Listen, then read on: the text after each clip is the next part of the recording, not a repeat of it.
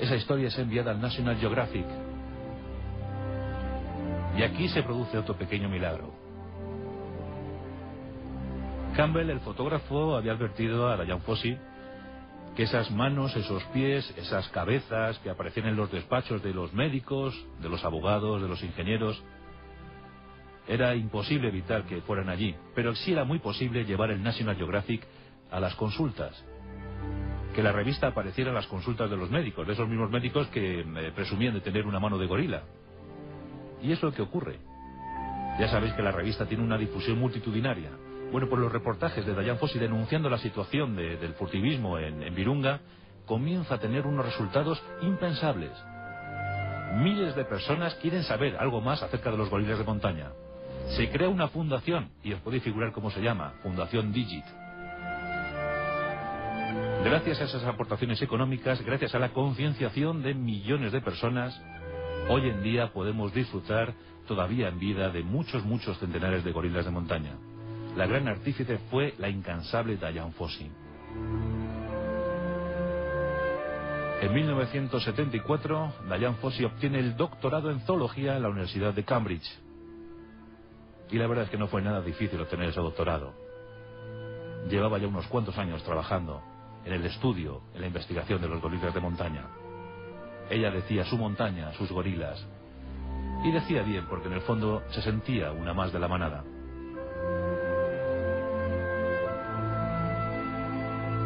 Fue algo maravilloso, un momento único para la conservación en este planeta, para la concienciación de millones de personas.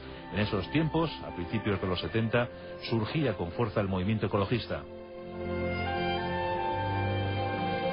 Las ganas por proteger la naturaleza.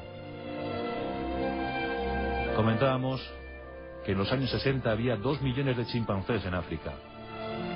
La caza indiscriminada, bien para laboratorios, bien para circos zoológicos o simplemente para el consumo de su carne, hizo que esa cifra haya disminuido hasta los 150.000 de hoy en día. Pero con los gorilas se pudo llegar a tiempo. La doctora Fossey, la doctora en zoología Fossey, siguió trabajando.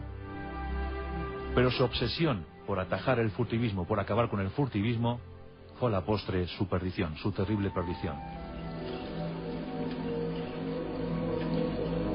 A principios de los 80 comenzó a escribir un libro. Ese libro que llevó por título 13 años con los gorilas, conocido popularmente como Gorilas en la niebla. Apareció en 1984. Pero un día triste para todos fue el 27 de diciembre de 1985. Ese día, Dian Fossey se encontraba en su cabaña, en su gran montaña, la montaña de Virunga, preparando nuevas investigaciones. Tenía ya 53 años. Permanecía incansable, inmutable en sus deseos de acabar con los furtivos. Y mientras esa noche intentaba descansar un poco, alguien entró en su cabaña y acabó con la vida de Dian Fossey. Y acabó de una forma cruel, a machetazos.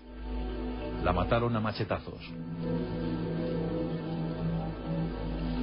En principio nadie supo quién había sido, nadie supo atribuir a nadie la autoría de este crimen, aunque se intuyó y muy bien intuido, que habían sido los propios furtivos, muy hostigados por Dian Fossey, y en ese momento por el movimiento conservacionista en el mundo, muy hostigados por todo esto, habían acabado con la vida de Dian Fossey. Pensaban que así se iban a librar de un problema. Con el tiempo se supo que el artífice de este crimen fue un tal Protais, hermano de la mujer del presidente de Ruanda. Este Protais, detenido y llevado a un tribunal en Bélgica, se supo que había sido el autor o el instigador del crimen. Aparte que había controlado el negocio fraudulento de diamantes y que había sido uno de los cabecillas de la masacre de Tutsis en 1994 en Ruanda. Se sabe que más de 500.000 de Tutsis habían muerto víctimas de los Hutus, y uno de los jefes de los Hutus, uno de los jefes que animó a esta masacre genocida, fue este Protais. Pues tiempo después, 14 años después, por fin se le pudo detener y espero que caiga sobre él la más dura de las condenas. Por fin pudimos poner nombre al asesino de Dian Fossey.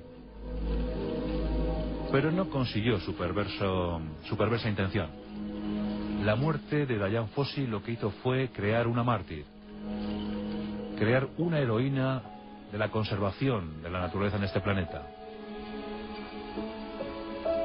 Y lo que hizo Ruanda después de la muerte de Dian Fossey fue proteger a los gorilas de montaña. Y hoy en día son especie protegida.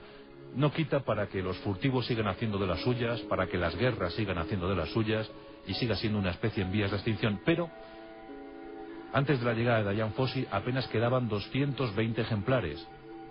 Ahora podemos contar unos 600. Ese es el gran logro, ese es el gran milagro de esta obstinada cabezota llamada Dian Fossey, que ella solita se las